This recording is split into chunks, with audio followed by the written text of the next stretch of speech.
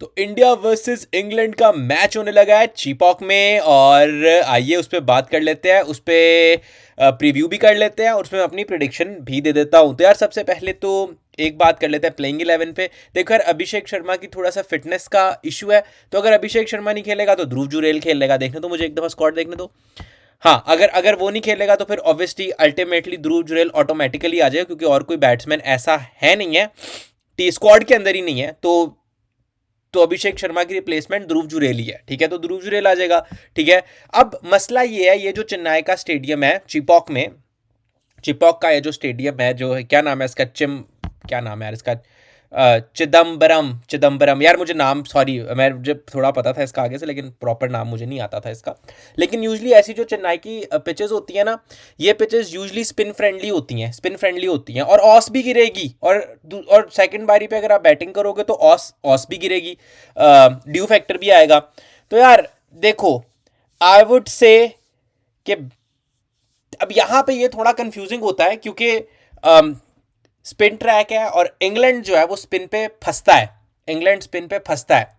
तो अगर इंग्लैंड दूसरी दफा बारी कर ले तो आई थिंक फिर ये कंडीशंस उनके लिए फेवर कर सकती हैं। तो मेरा ये कहना है कि जो टॉस जीतेगा वो अगली टीम से बारी कराएगा, और अगर आपका टॉस इंडिया जीतता है तो वो डेफिनेटली चाहेंगे कि इंग्लैंड आके खेले, ठीक है, ताकि वो उनको जल्दी निकाल दे, क्योंकि ये ट्रैक भी स्पिन ट्रैक है, तो स्पिन ट्रैक है, और वो स्पिन ही इसको प्रॉपर बनाएंगे ताकि वो इनको निकाल सकें इंग्लैंड को। इंग्लैंड पहले मैच में भी दे लुक्ड वल्नरेबल, उनको समझ ही नहीं आ रही थी वरुण आ कहाँ से रहा है और जा कहाँ को रहा है।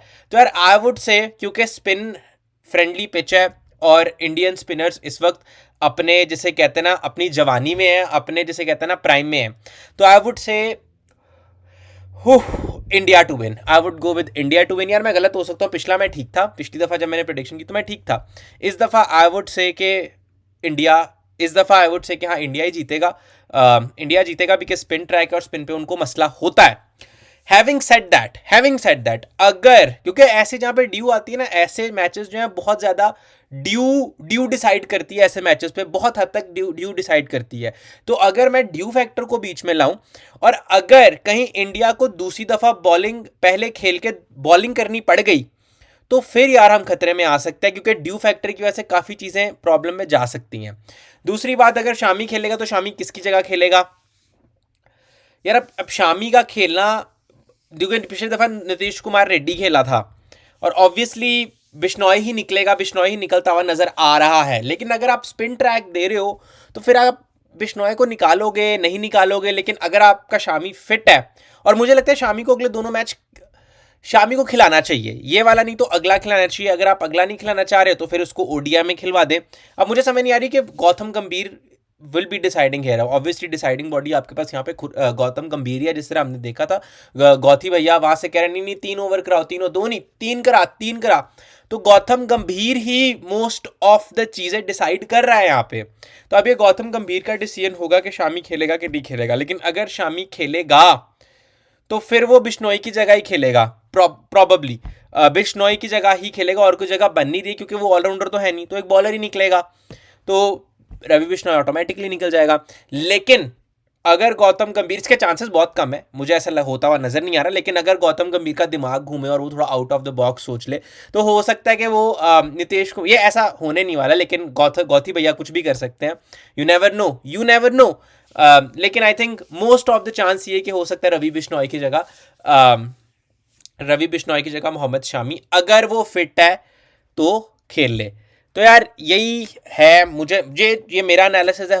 Again it's subjected to change, और ड्यू फैक्टर भी है बीच में।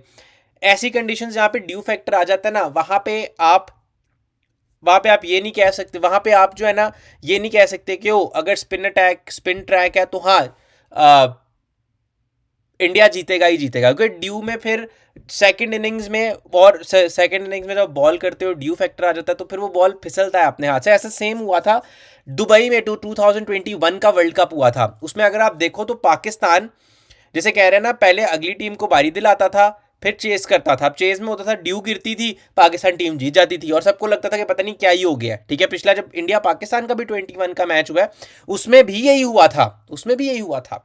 तो यार और लेकिन जब हम आए इनके अगेंस्ट, ऑस्ट्रेलिया के अगेंस्ट, तब ऑस्ट्रेलिया ने हमें पहले बारी कराई और हमने वहाँ पे डिफेंड किया, जिसकी वजह से जब ड्यू गिरी और बॉल फेंक रहा था शाहीन, तो बस फिर बॉल बाहर जा रही थी, बॉल फिर चला था उसके हाथ से। तो सेम हुआ था जब शामी को छक्का मारा था, शामी ने फुल टॉस करा दी थी उसको, शामी ने जब रिजवान को फुल टॉस करी, जाके देखना वो ड्यू फैक्टर की वजह से था, ड्यू की वजह से। तो इस बात को शामी अपने यूट्यूब चैनल पे माना भी था।